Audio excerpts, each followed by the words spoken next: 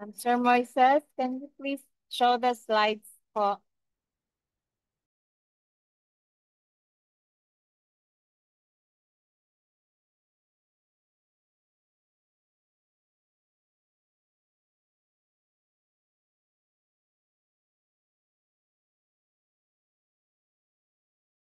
Hello, everyone. So I'm back. I will just try to use the remaining times of the other professors since they are not here, no, so that we can finish our module for today, the nutrition. Okay, so this is where we stop,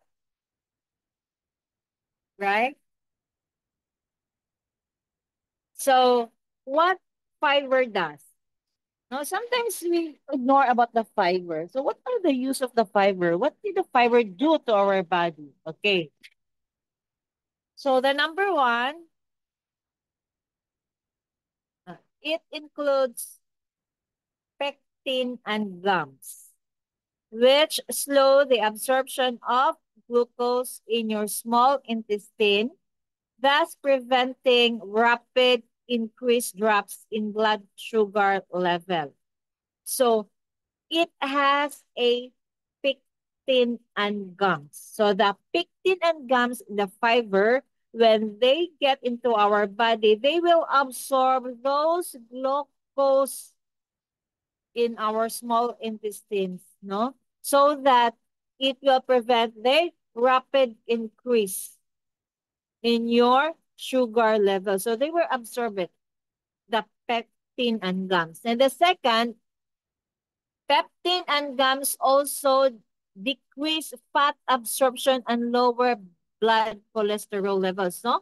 So see, if that fiber get into our body, the pectin and gums will absorb the glucose, will absorb also the fat to lower the cholesterol level. Next slide, please. And then number three, the fiber speeds the food on through your large intestine so that not all nutrients are absorbed, especially nitrogen and fat.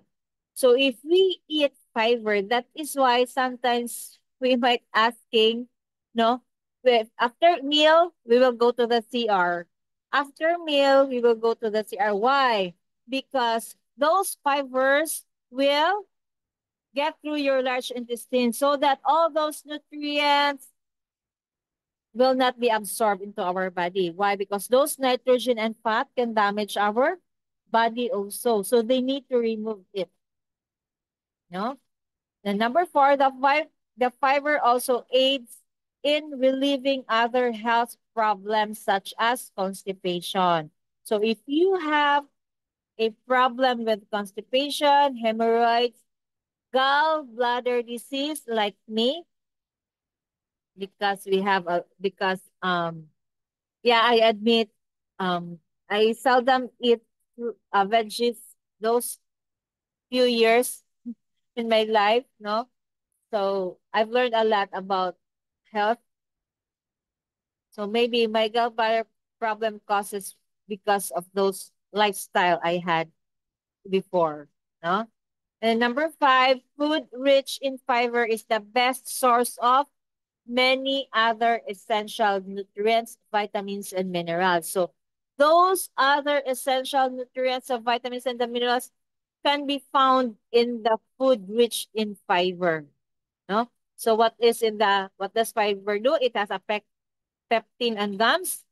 No, it will absorb all the glucose and the fats. Then um, it will help you eliminate all those foods that you have intake so that those nitrogen and fats cannot be absorbed to your body. And the fiber aids your health problems, especially in constipation and hemorrhoids, no, and gallbladder disease. And the number five, it has food rich in fiber is the best source of many other essential nutrients, the vitamins and the minerals. Next slide, please.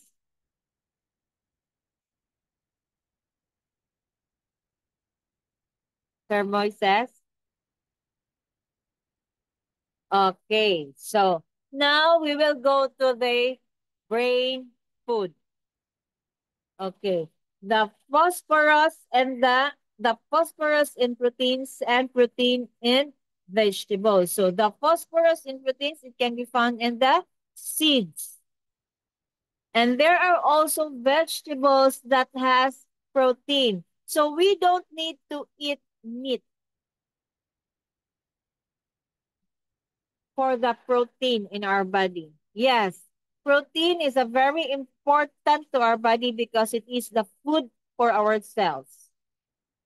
But there are a lot of healthy alternatives that we will not rely on meat. So these are the examples of those proteins.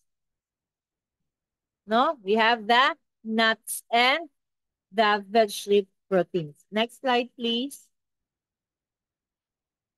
Okay, what are the functions of the proteins? They act as receptor on cell membranes. No, they are the receptor on the cell membranes. Number two, some hormones are also proteins. So what are those hormones? There are major organs in our body. They will produce hormones. No? For example, the reproductive organ, they will produce hormones. Our liver will produce hormones. No? Our brain will produce hormones. The melatonin hormone, no? Our brain. So what was these hormones do? So when we sleep, when we are in our deep sleep, these hormones will work. Our cell will work, no? So when the hormones, when we are in our deep sleep, so that those hormones will say, okay, let's wake up. We will do the our work now. So what are the works? They will clean and replenish our cells. Huh? So when we wake up, that is why we will pee, we will go to the CR, no? Those are the ways during those time that your hormones and your brains are working. Your hormones and your cells are working when they are replenishing those or cleaning those cells in our body. So protein acts as transport channel in cell membranes. Number four, protein maintain the shape and structure of a cell. So if your cell is healthy, as what I have shown a while ago, that your cell is very circle in shape, very healthy. So the protein maintains the shape because they will clean and replenish it, right? But if you have lack in protein, then that's the time your cell is unhealthy. Then the the bad cells can eat the good cells since your cell is unhealthy. No, so it is easily contaminated with the bad cells. The number five, protein are needed for oxygen transport in hemoglobin and myoglobin. So protein are needed for the oxygen transport of our blood. Okay, without protein in our blood, it cannot function. That is why you will become pale. No? Next slide, please.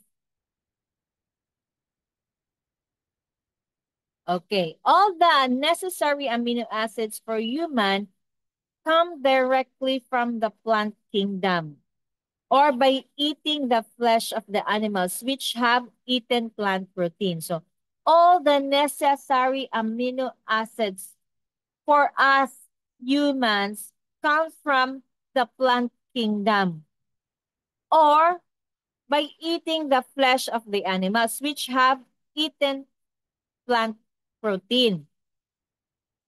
So there is no special benefit in eating second-hand protein from animals. Since the animal protein came from plant, so why don't we try to eat those proteins from plant too? No, so our body, it's not no special benefit eating from the second-hand protein from animal source. Why? Because those proteins they came from plants. So why don't we try to eat foods from plant kingdom? Next slide, please.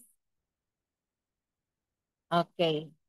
So these are those healthy foods. No, we have the malunggay. We have the berries, the spinach, and these are what we call the most powerful fruit and vegetables. No? So we don't need all those kinds of meat just to replenish the proteins because we all have here. God made all these plants and the fruits for our body, not the meat. Next slide, please. Okay. Health official is recommended getting 5 to 7 portions of fruit and vegetables a day. Remember, 5 to 7 portions of fruit and vegetables a day.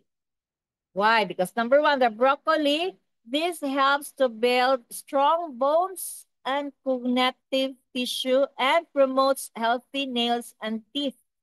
If you have a problem with your nails and teeth, with your bones, so better to eat more broccoli. Number two, the cabbage contains large amount of glutamine.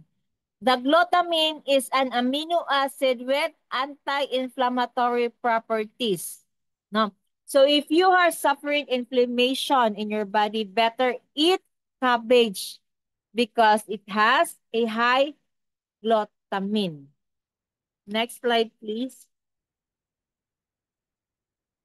Then the spinach. Spinach is a great source of calcium and one of the best source of iron for helping the transport of oxygen and nutrients around the blood.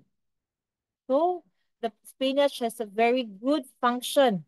It can help the transport of oxygen and nutrients around the blood. Then number four, the citrus foods. The ability to fight off colds and strengthen the immune system. But in fact, its benefit go well beyond this, no? So that is what we all know. Those citrus foods, those vitamin C, good for our immune system. But those citrus foods, they have a lot of benefits more than what we know. Next slide, please. Okay. Now, since we talk more on calcium, so I want you to understand what calcium do to our body. Sometimes we are scared to eat too much in calcium because it can form a stone into our kidney, the diba? The stone. So here we also need calcium into our body. So what is the importance of calcium? Next slide, please. Number one, studies designed to evaluate bone density of vegetarian compared to no vegetarians have shown that vegetarian has greater bones density than meat eaters. See? So when they try to evaluate, the density of the bones is greater than those who are meat eaters. Number two, it has also found that maximal bone growth and repair can occur only when one sleeps. So if we eat high calcium vegetables, it can occur only when one sleep. No, maximal bone growth. It will repair. No, it will repair while you sleep. If you have bone damage, wow.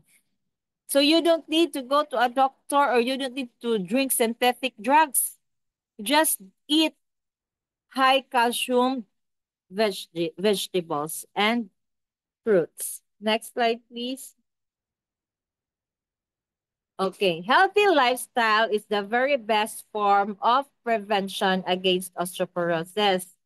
With proper exercise, adequate calcium intake, plenty of rest, sunlight, and vegetarian diet also, which is naturally lower in protein as well as non-acid forming.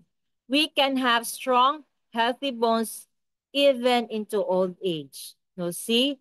So our healthy lifestyle is the very best form against osteoporosis. No? When we have exercise, calcium intake, plenty of rest, sunlight, and vegetarian diet also. So we don't need to eat anything, especially the meat.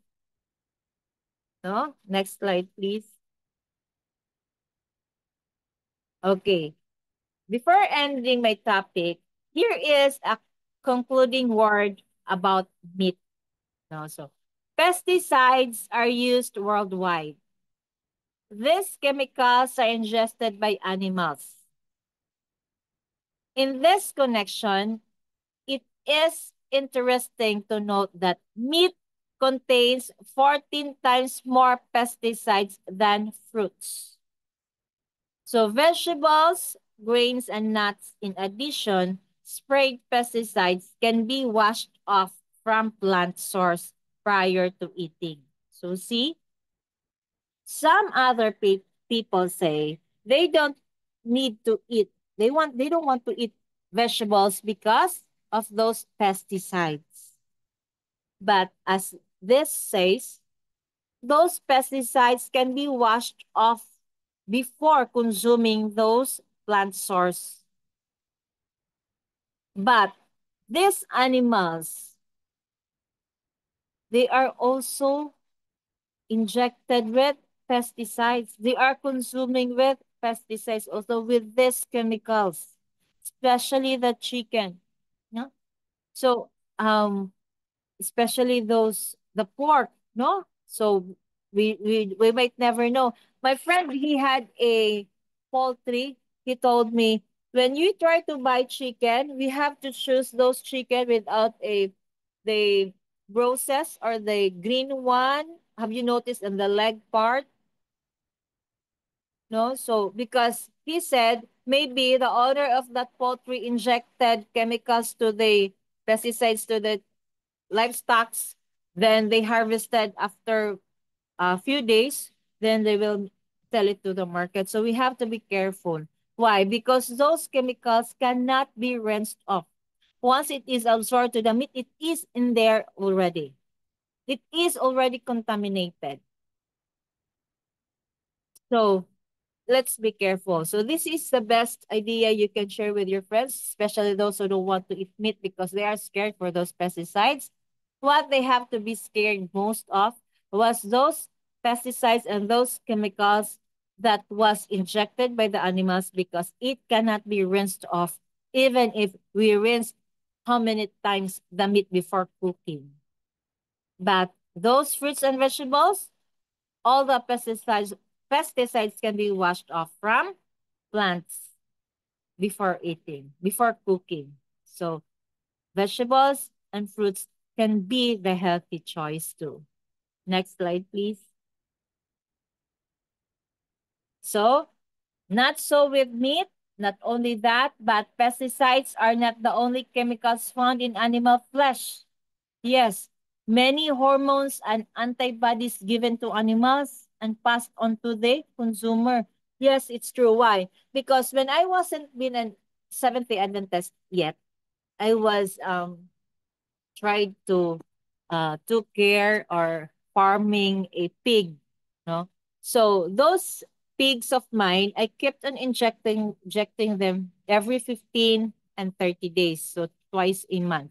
Sometimes I have do my injection for the hormones so that those pigs will be grow fast, no, to gain more muscles. So sometimes I've been injecting them, but after 4 days, the buyer will came into my house and want to buy those livestock. So if the price is right, then I will sell those livestock of mine. So if they will sell that to the market by the next day, so those chemicals and the hormones was in there. So those hormones can be consumed by those customers who will eat, no? So those kind of meat. So this is how dangerous meat was.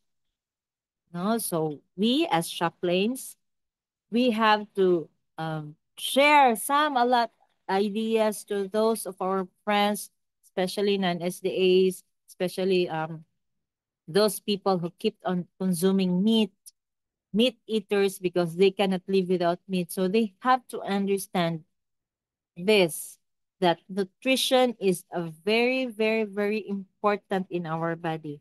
This is where our body depends. If we don't want to get sick, hypertensive, cancer, osteoporosis, what else? Diabetes.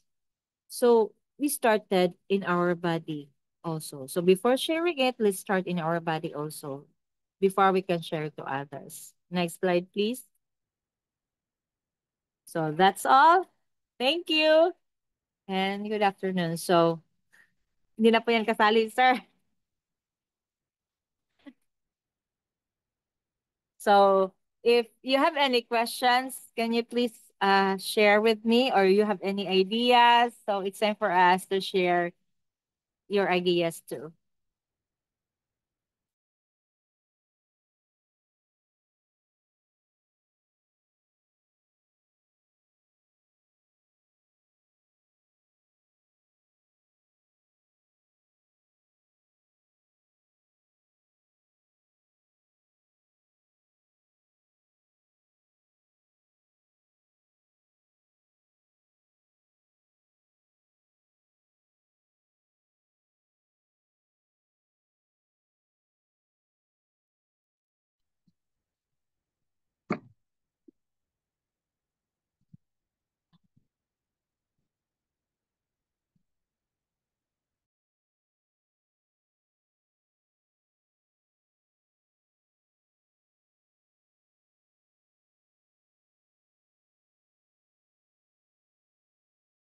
So, is there any other questions about nutrition or any ideas you can share with me also? You can share with your classmates. Good afternoon, ma'am. I have a clarification. Yes, po, Sir Michael. Go ahead. Yeah, I have a question with regards with the I mean, is that soy coffee? Soybeans. Yes. Is it high cholesterol? No. I mean, is it high uric acid? Yes po, sir. There was a process for that soybeans, right? Because we know it has a high source of protein too. But it has a process, the right process on it because it can cause a high uric acid. That is why it has a procedure before consuming those soya beans, right? Yes, because I always drink soy coffee. So I found out during our medical checkup, the result is beyond that limitation. I mean, is that high uric acid. Yeah, yeah, sir. Because consumption of that soybeans, it has a process also. That is why on you have to ensure to make sure the exact amount to intake those kind of beans. Too much of it can also can cause harm into our body. So that is why we have to drink those kinds of, especially the beans and the nuts, no? So moderately. Maybe you consuming it too much, or how do you consume it? Oh, so I mean is that uh uh how many glass of uh or spoon of soy coffee to consume per day? Yes, sir. You have the you should need to do the recommendation consuming for that the soybeans and also the process. That is why many people do the process. Diba? There are there are a lot of um what do you call that, chemicals also in that soybeans that to be eliminated. So some others did they do the process how to make soy milk, right? Yeah. So I mean, mom, is that because I always drink soy coffee every day. So I mean, is that how many scoop or teaspoon of soy coffee uh to be consumed every day? I don't have much idea about the soybean, sir, because I'm not consuming it no nowadays. But maybe it's a it's a quarter, because if we eat nuts, peanuts, no, if we eat peanuts, if you are a woman, it's your thumb size only. So you can eat peanuts by your thumb size only. Women, listen to this, no? But if you are a man, two thumb size only. How big was your thumb? Two of that can be consumed by a man. No, so maybe that soy also you have to drink just one scoop or one tablespoon, because that's too much. 'Cause it's a family of nuts, right? Beans. Yes, ma'am. Yes. Oo. So women, sometimes we might forget eating nuts since we thought it has a good fat, it has a good benefit in our body, it has minerals, it has everything. So we might consuming too much nuts because we think it has a benefit. But too much of everything is dangerous. So if we eat nuts, any kind of nuts, walnuts or everything, just a thumb size. If you are a woman, just your thumb size. If you are a man, two thumb size only. So that is the best recommendation for our body. Thank you, ma'am. Thank you. Welcome, Can sir. I ask also, ma'am? Yes, go ahead, Ma'am Debbie. Yes, ma'am. I heard that some like soybean has a growth hormone like that, Yes, and ma'am, it's true. yeah, it is not only applied in the meat but also in other plants that we consume. So how actually they can affect us, the growth hormones? Yes, it's true, no? So the soybeans, it has a hormone. So that is why it has a minimal amount intake, no? So What you need to, is, ma'am, how can this affect actually the growth hormones yeah. in our So body? In our oh, body, is it true that if we consume food that has GMO, kids that for example, also the in the cow's milk, it can be found also in the cow's milk, and the kids consume milk, and then others says that it can result to you the rapid growth of uh not also rapid, pero yung ano po yung uh, mabilis na bulas ng kids na babae. It's because of the growth hormones. Is that true? yes, ma'am. No? So those milk from the cows, that is why our kids, they have the animal instinct. They have the animal characteristics now. Why? Because they're consuming those milk. So those milks they're consuming, it has also the hormones and it can contaminate it into their body. That is why you can see a lot of changes. That is why nowadays there are a lot of bisexuals. Ah, is it Why? so Because of that those is hormones. true? Yeah. Yes, ma'am. It's true. And also the for example, the process in the fishes like tilapia, the process in that is ginagawa po nilang male lahat ng fishes na tilapia. And then kapag ka masyado tayong nagko-consume ng tilapia, the the male hormone is the testosterone. And then yun, and then another consuming for female hormones, kaya nagkakaroon ng epekto sa human bodies, especially kaya dumararami po um yung bisexuals. It's because hindi na normal yung paggamit or ang paggamit sa mga products na nako-consume ng mga tao po.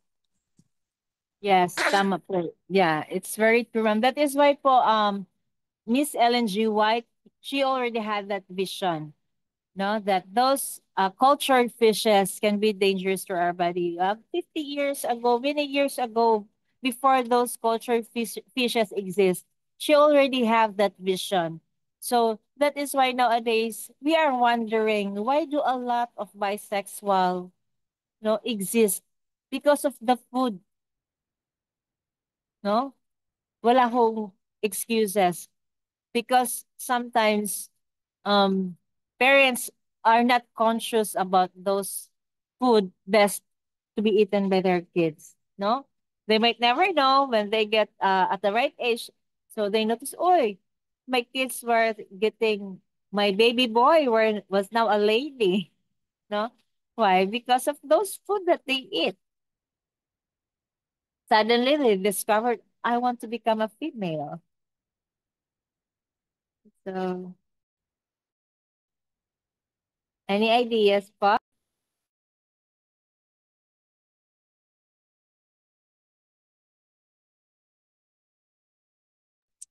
Also, ma'am, um,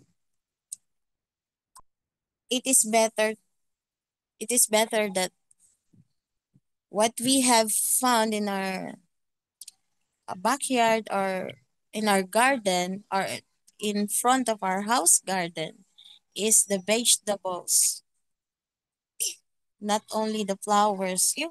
Yung sariling tanim can save us from that uh, dangerous GMO na matatagpuan sa mga pagkain. Yes, po ma'am, it's very true. That is why, so we as the A, we are encouraging people to eat more likely love to eat vegetables, no? So yeah, it's true, ma'am. Rather than planting unnecessary foods, unnecessary plants, so we need to plant also those kinds of plants that we can be beneficial to. So that could be best, then less expenses. You can save a lot of money and you will be healthy. Yes, ma'am. And then we are safe also from the very confused yung mga nilalagay po nila sa mga pwede nating mabili ng mga pagkain sa labas. It's very confusing actually.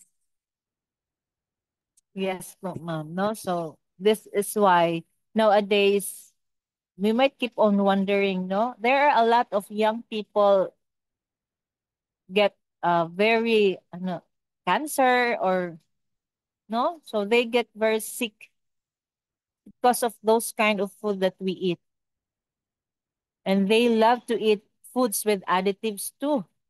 So if we have a lot of vegetables in our backyards, no?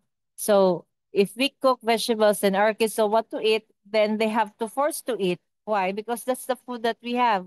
But if you don't have kind of plants, when you go to the market, and you will notice that buying processed food can be cheaper rather than buying healthy foods. That could be the problem sometimes because processed foods are cheaper rather than buying the right food, right?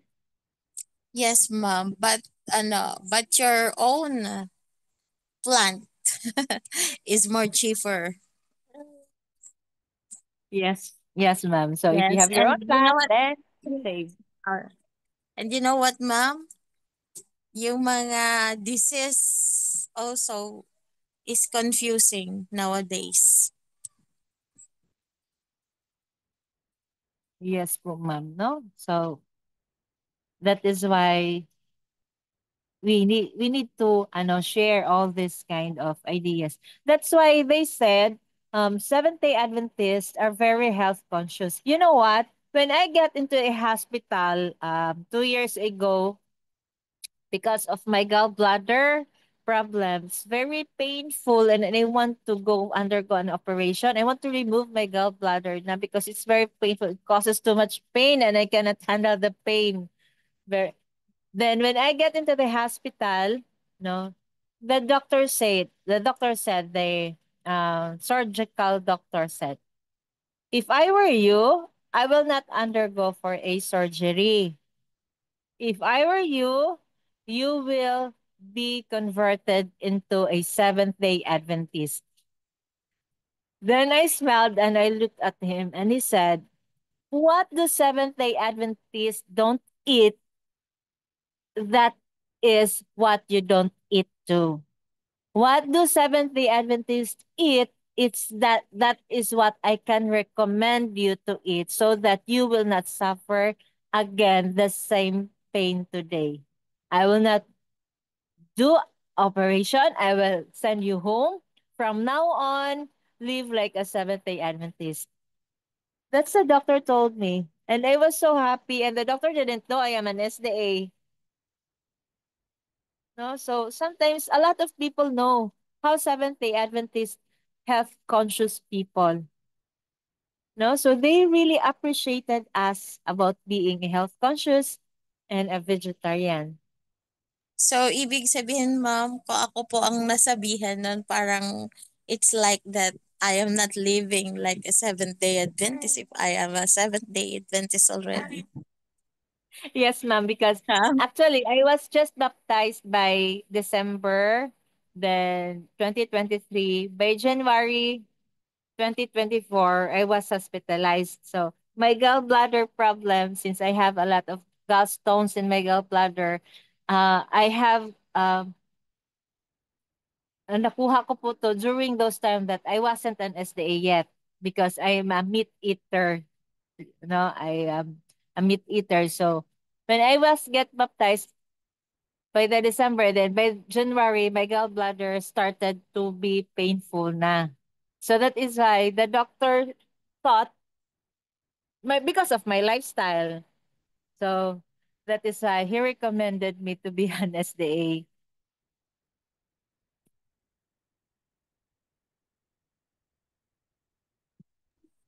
What I thought, ma'am, in the soybeans, that's why it has a lot of yung makukuha natin na acids that cause us, ano yung sabi ni Sir kanina? Mataas yung acid niya ba? Yung uric acid Ah, po ni yeah. It's because the right procedure of doing that is ibababad mo muna yung beans and then yung balat, yung peel niya, dapat ma-remove po yun at hugasang mabuti. Yes So po, ma'am. better you do your own soy milk and better you do your own coffee. When I Yes po, do ma'am. when I do rice coffee, when I make rice coffee, I choose to wash it first before make it coffee. So mas maganda po siguro kung iwawash muna yung soya and then dry it and then saka mo siya sunugin and ipagiling. I am making also that, man, because that's what my business here in Tayabas, Quezon. I'm doing soy milk, chilled taho, soy coffee, tofu. Wow! Yes, Ganda pala ma'am. ng That's business what. mo, ma'am. Yes, ma'am. Because, ewan ko, ma'am, gusto ko pag ako'y business ng food business, gusto ko yung healthy.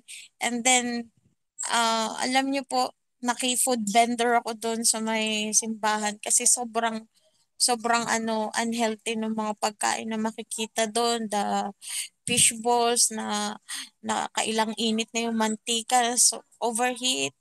And then I make salad also.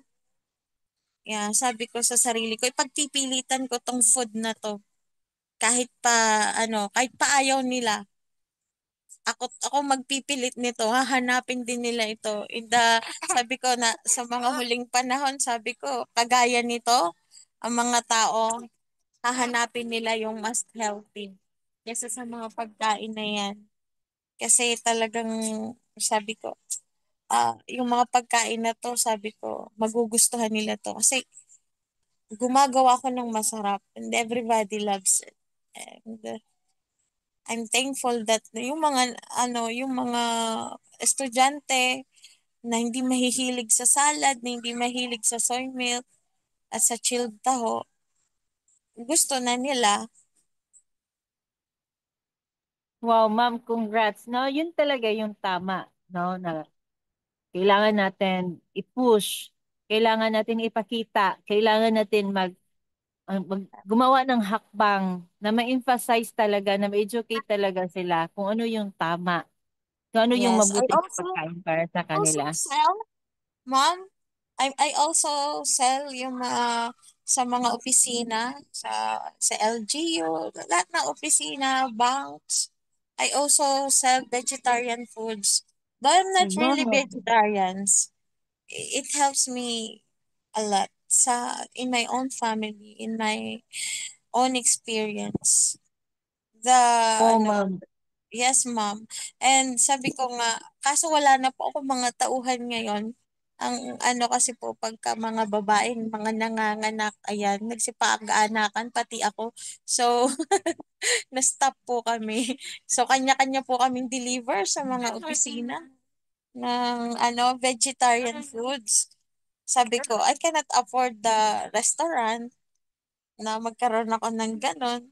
At least, and then nung malaman nila, pag dumarating kami, o yan, takbuhan na sa amin ng mga empleyado. And mas pinipili nila yung mga food na dala-dala ko, ng mga vegetarian. And yung iba, mga parang, ano po, ang tawag doon, bano, yung hindi nila alam, wala silang idea to sa mga vegetarian meats, gano'n. And I cook it very healthy. And at least, gusto ko po pag nagbi-business ako, missionary pa rin ang dating. Yes, tama ma'am. Yun talaga yung missionary po. Missionary works po yun. Mahirap yun sa umpisa, pero yung ginawa niyo po, na unti-unti silang na-educate kung ano talaga yung healthy food. Kaya yun po talaga yung ng mga tao sa atin. Yun talaga yung impression nila. Pag is they talagang napaka-health conscious, yun po yung trademark nila. 'Di ba? Yes, ma'am. Kaya Kasi sabi pag, nila, ano, SDA, tinat yes, ma'am, tinatanong na nila, Adventist ka ba? Yes, ma'am. Kaya kasi ganun po talaga ang Adventist. Ayan. So, o di nakikilala ba? po nila ang Adventist sa kanilang pagkain. Ayan, pati sa kanilang nininegosyo pati. Yes, Hello, tama ma'am. po talaga. Mag- Yes po, ma'am. Filipina. Yung rice, ma'am. Kasi ayoko, hindi na rin po ako nagkakape ng mga yung 3-in-1 ganyan. Matagal na po. Naisip ko maggawa ng ng rice coffee. Hindi po ba yun ano hindi po ba yun makakasama? Kasi po ang rice 'di ba ma-sugar. Hindi po ba yun makaka-affect? Kasi kung yun ang gagawin kong coffee. Um, yun kasing carbohydrates intake nyo po, ma'am. For example, ginawa po siyang coffee, hindi po siya Hello, ma'am. makakasama, ma'am. Kasi konti lang naman yung ilagay mo sa coffee mug mo. No, so halimbawa, 1 tablespoons lang naman yon. So, konti lang yun. Kasi our body needs also carbohydrates din po. No, so, yung rice is, alam natin na mataas yung glycemic index niya po. Mataas po yung, may carbohydrate siya. Pero yung konting consumption lang po, ma'am, okay lang po naman sa body natin. Sige po. Thank you po, Especially ma'am, yung sa kasi mais, yung sa nag-isa po mais, ako kasi ma'am, di ba?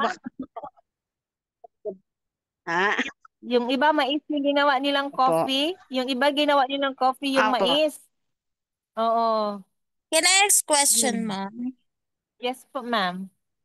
Ma'am, kapag ka po ba niluto, kumbaga, ni sangag, ginawang coffee yung halimbawa, corn, Mm. hindi po ba mawawala, di ba, it turns to a little bit charcoal, something like that. Hindi po ba mawawala yung nutrients niya kapag ka ganon? Hindi po, ma'am, kasi yung mga minerals kasi, ma'am, Mhm. hindi sila maluluto di ba? Like what we expect na ma-eliminate sila kasi Yeah, niluluto sila tapos sinutusta sila. So, yung mga yes. minerals kasi, ma'am, once nandyan na yan, hindi na yan sila mawawala, hindi sila mawala How unless about the hinugasan mo. enzymes? Yes po, ma'am, nandun din po yan sila. Hindi sila mawawala. Mm, Yung yung okay mga po. enzymes, yung minerals niya, nandyan po talaga yan sila. Ayan. May mga enzymes at saka may mga minerals na mas mag-exist sila kung ma-undergo sila ng heat, 'di ba? May mga ganun kasi, ma'am, may mga minerals na ganun. Hindi sila mawawala pag sila talaga. Kasi minerals na sila eh. Para nga pong lahat ng vegetables and ano, na and yung mga crops ay pwedeng gawing coffee once na sinunog mo po like that. Oh, kaya Even the pala meron mga okra. 15-in-1 coffee, no? Kaya pala meron mga ganun, 15-in-1 coffee, meron ng, 'di ba? Yes, ma'am. Pero ma'am here, ang kino-coffee namin before, yung the leaves. Leaves like mangosteen leaves, pandan leaves, pinagsasama po namin yon, mangosteen leaves, pandan leaves, and the sapang. Then it turns to red. Kapag nilagyan nyo po siya ng um, soy coffee, mas masarap siya. And then uh, that will make more red hemoglobin in your blood. Wow. Galing po, ma'am, no? Nilaga lang po siya, ma'am. Tapos, yung water niya po, pag na-boil, Yes, yun, ma'am. dun po Yes, ma'am. nilagay. Nilaga lang. Sa mga kids po, nilalagyan ko po ng gatas, ganun. I consume milk din, pero hindi, Tumas. hindi masyado po sa aking mga bata. Hindi ko po sinanay sila na mag-milk. Wow, Only napaka-healthy. soy coffee lang po. Soy coffee. Yan. Tsaka kaping bagas. Wow. Napaka-healthy po talaga ng lifestyle mo, ma'am. Po kasi gusto kong i-prepare yung mga body ng anak ko hanggang sa pagtanda nila kaya hindi po sila nagkakasakit. Ah, kahit any medicines hindi po ako nagbibigay sa mga anak ko kasi gusto kong i-preserve yung body nila. So kapag ka dumating yung time na may mga sarili na silang mga buhay, sarili na nila ang katawan nila, eh kung gumamit man sila ng mga gamot, eh di dun lang sa time na yun. So at least na i-preserve ko yung mga bodies nila na gano'n, malakas. Yan, tama po talaga, ma'am, no? So, dapat sana mga parents yung iba, no, ma-educate sila, ma-realize nila yung importance talaga ng health ng bata. Kasi at the end, sila naman din po yung magsasuffer. Tapos, 'di ba, kawawa yung bata naman kasi kung pabayaan na lang kakain ng kung ano-ano, sila din naman yung magsasuffer at the end. Sana merong mga ma-educate yung ibang mga parents kasi yung iba wala silang alam eh. Ang gusto lang nila pakainin ng masarap yung mga anak nila.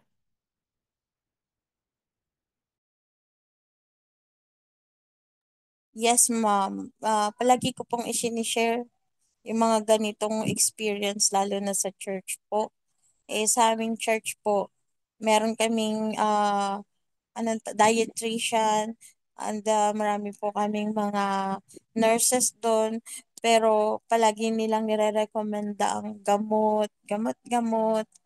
Eh, parang nung, nung pag ako ang nagsalita, sinishare ko lang yung experience ko sa mga anak ko and then sa sarili ko.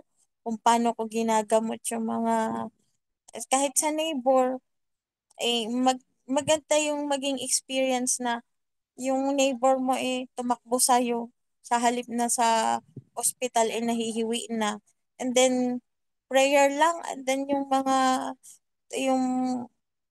yung tawag dito, yung first aid na very natural ay talagang napakagandang testimony para patunayan na yung mga natural remedy is the best. Hindi yung gamot, gamot, everyday maintenance. And Tama po. actually, ma'am, yung mga biyanan ko, yung mga magulang ko po, hindi pa sila at the age of 70, hindi pa po sila nagme-maintenance. Mga 75, hindi pa po sila nagme-maintenance because we don't eat often meats. Ano lang, sa ngayon po nakakapag-meat kami, pero napakabihira. Hindi, parang napakadalang sobra, mabilang. Wow, napaka ng ministry mo, ma'am. Tama talaga yun, ma'am, na i-share natin. Kasi Yun naman talaga yung yes, ministry natin, ma'am. di ba? Yung Kailangan nating makapag-share tayo. kailangan po ba ma'am natin na ipagpilitan na there's cure in the nature. Palagi kong sinishare yun kahit sa neighbor, lalo na sa aming church though ang iba ay hindi sila convincing.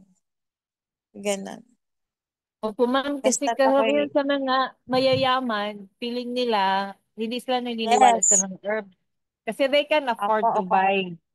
Kaya yun, ayaw nila kasi sabi na, ay, hindi yan. Kasi gamot talaga ang kailangan yung sa doktor kasi ganito. Opo, Without opo. even thinking na at the end, sila din naman yung magsasuffer. Hindi naman sila gumaling. Sinusuppress lang naman talaga yung symptoms ng illness nila. Hindi naman sila hinihil Yes dun sa po, mga gamot tama. ng doktor. Mm. So, maybe meron ng ano, ibang professor.